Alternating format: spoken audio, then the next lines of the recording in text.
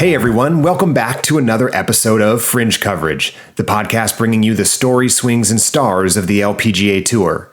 Whether you're new to women's golf or a longtime fan, hopefully this helps you find the fun background stories that help you develop your own rooting interest in women's professional golf. And today we have another player spotlight, but before we dive in, we should probably recap the events of last week since we're coming off the fifth and final major of the year at the AIG Women's Open at Royal Porthcawl. We talked about it a little bit last episode in terms of previewing it. We were midway through, and in our Charlie Hull episode, we were just finishing Friday's round, and I was doing everything I could to try to will Charlie into contention, and holy moly, did we get ourselves a weekend. So we'll start with the headline. Miyu Yamashita won by 2 shots, eventually over Charlie Hull and Manami Katsu. Yamashita was lights out the entire time. Her putting was amazing.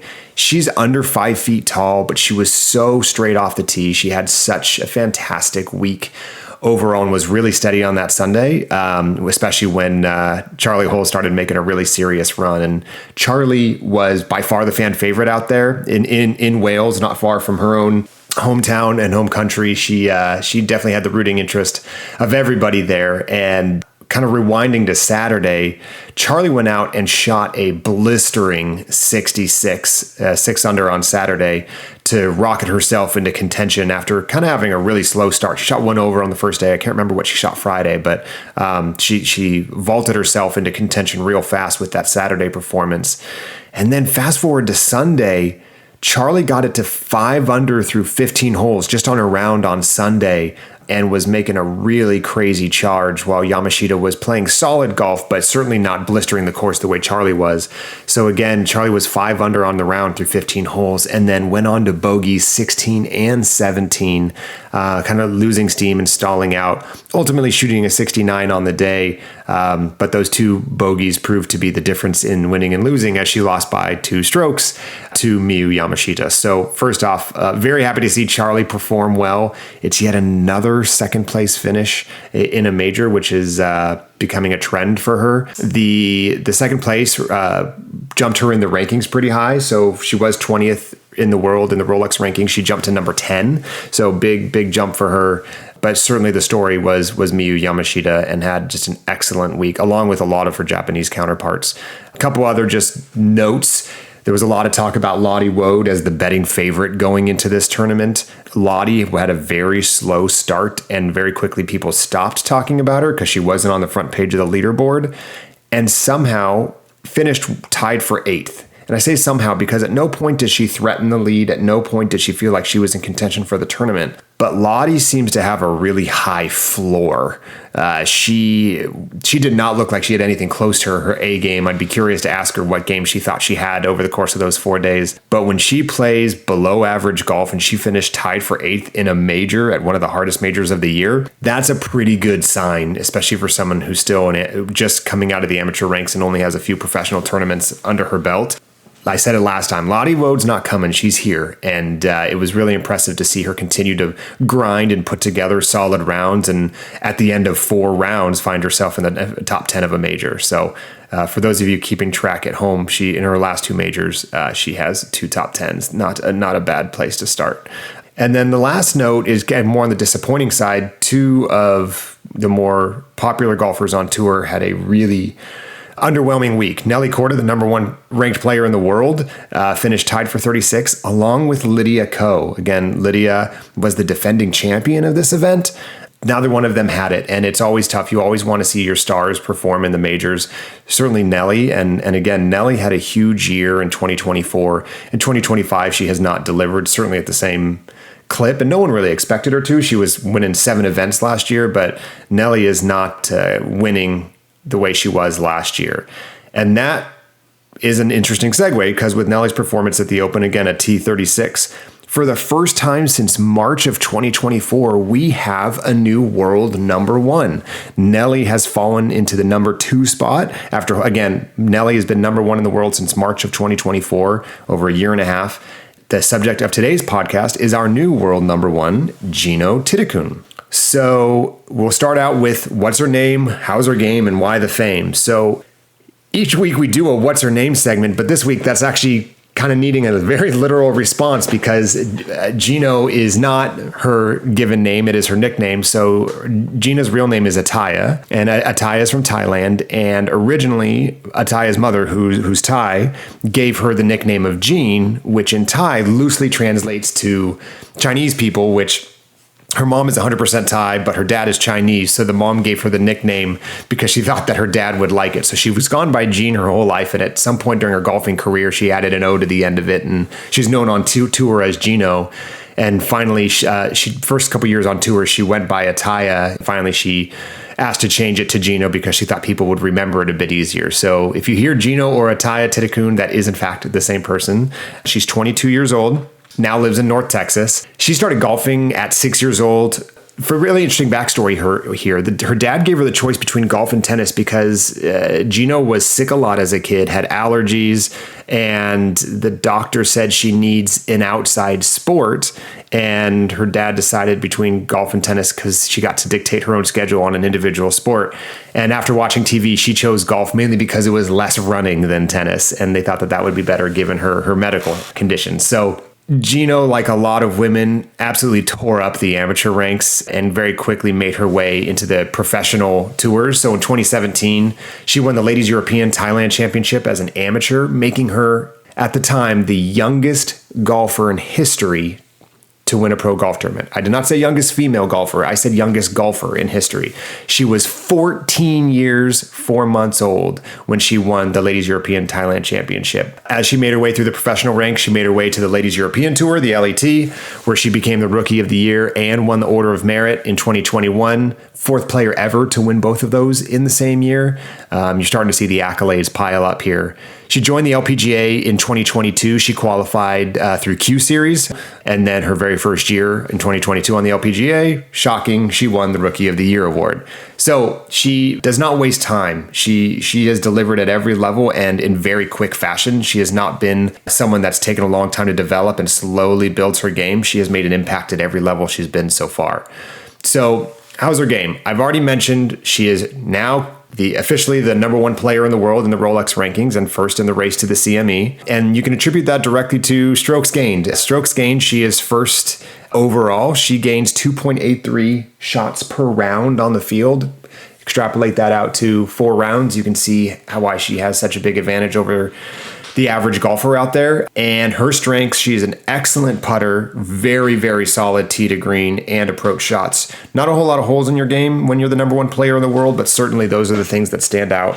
Jeeno is a birdie machine. Jeeno can go low. She's won the VAR trophy for the lowest scoring average in 2023. 2024 was really her breakout look at me season and has vaulted her to eventually get this number one ranking that she got after this week's tournament. Let me give you some numbers. 2024, she played in 17 events.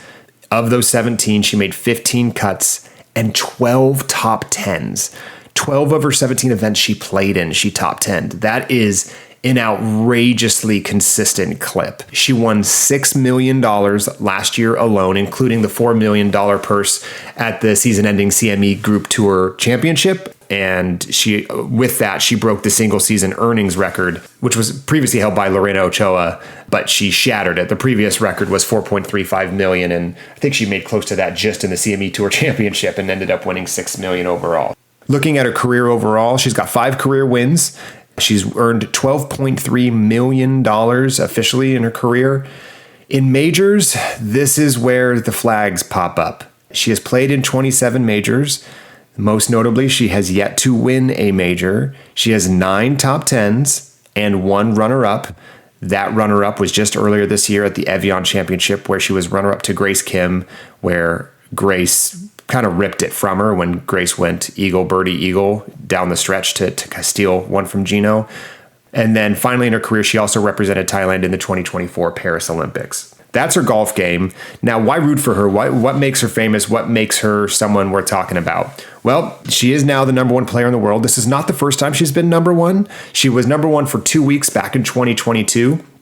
She also holds the title of best player not to have won a major yet. That's tough. It also means she's playing really well. You only get that if you're in contention a lot, so she's doing something right, but she's yet to close the deal. Personality-wise, on the course, she's always smiling. She seems to be a very well-adjusted woman and is very thoughtful in her interviews. She's very level-headed, very pragmatic. She doesn't seem to get too high or too low. She has a really good perspective on the game and how she approaches it, how she approaches stress down the stretch. She seems to focus a ton on mental health. And then if you're following her on social media, you're going to see a lot of food photos. Jeeno is a big food fan. Some other notes, just as background about her, the town she grew up in Thailand, did not have a golf course. It only had a driving range. I find that very interesting for someone who's now the number one player in the world. Nobody in her family plays golf other than her. Another Thai player, Pajria Nanarukarn, is one of her best friends on tour. And we've mentioned this in the past, but she and Roning Yin from China are really good friends as well. They live walking distance to each other. And they play every year in the Dow Championship together under the name Jin and Ronik. There's a really fun interview that they did here after last year's Dow Championship that I'll share in the comments. She loves to build Legos. You're going to hear this a lot among the LPGA Tour players, is when they've got downtime and asked what they do, a lot of them are building Lego sets, and Jeeno is one of them. She's also a big Marvel movie fan. Jeeno is an incredibly solid golfer that... She's got a great swing. She just looks like a golfer. She's all business. I have a feeling she's going to be one of those players that once she wins a major, she might start running them off one after the other. I think she kind of needs to take the lid off the rim a little bit here and just get that first one. But Jeeno's game is too good not to win a major. And I think as we start seeing some of the other players like Nelly potentially have a dip in their game, this is her time to do it. So I'm expecting in 2026 Jeeno to retain this number one ranking and do something with it and try to come out of the gates firing at some of these majors the early part of next year. Normally I'd do a segment about the best things I saw this week, but I'm going to take this a little bit different direction this week, and this is really the crux of this podcast. Naturally, the best thing I saw this week was just the coverage of the AIG Women's Open. This event is usually one of the best, if not the best, televised event of the year. But with that, it becomes such a mixed bag of emotions for me as an LPGA fan, because they get high quality coverage on a top broadcast network in good time windows. Not to mention, because they're overseas, golf in the morning, coffee golf over here in the States is such a lovely vibe in itself, that those are all things that are working for it that make the women's game shine. And they've got strong broadcast teams talking about not just the birdies and bogeys, but the storylines behind some of these women. But as much as I love it, it's also just like a knife in the side and a reminder of how horrible the coverage is the rest of the year. If you look at any other time of year, including some majors, the women's game is getting limited airtime on secondary network choices. Sometimes they're not even on a network. They stream it only on Peacock, and you have to have a streaming Peacock service to even find the women's game. In a bad time window, sometimes on tape delay, and the coverage itself is weak. There's very little investment in the game from the broadcast partners. There's some lame camera angles, if there are any camera angles. Honestly, there's also way too many commercials, but I'd love to complain about those commercials, but honestly, I'd be willing to stomach a lot of commercials, because at least that would mean I'd be seeing women's golf on good networks that have advertisers that want to have their names on it. So as a viewing experience, I'd love no commercials, but I think right now I would take that as a necessary evil, because at least those other things would be addressed. And all of this is a money problem. A lot of the LPGA broadcast coverage is synced up into a media deal that's part of the PGA Tour. They're not getting the same treatment as the PGA events. They become a throw-in to a larger deal. And honestly, the broadcast feels that way, and it's so frustrating. And all of this is a money problem. It's money. They need money to have more cameras out on the course. They need money from advertisers. They need money to get on the right networks at the right times to compete against other competitive time slot programming. And you can start piecing all this together. You can see why I'm so frustrated. If we rarely get to see the product, and when we do get to see it, it gets second-rate treatment from the network, it might not even be live, it's aired during a bad viewing window, who's going to spend money on that? And without the money, everything I just listed just continues. It is a vicious cycle. It is very hard to invest in a sport that you know nothing about because it's never on TV to see it, to hear about the stories. And look, there are many, many guilty parties here of why this is the case. There's no one finger to point. There's not one person to blame for this. But this is a vicious cycle. And let me be incredibly clear. If there is one time I wish everyone could, if you're driving in your car, if you're sitting doing more than one thing, stop and listen to this one summary of what matters. Women's pro golf does not have less money, fame, and attention because the women play a boring style of golf or are less entertaining. It's because media coverage of the men's game has allowed fans to get to know the golfers, get to know their personalities, and develop a rooting interest. I am one of those people. I'm a 30-year fan of professional men's golf. There's a reason I love Rory McIlroy and Scottie Scheffler and Jordan Spieth. It's because their stories were presented to me.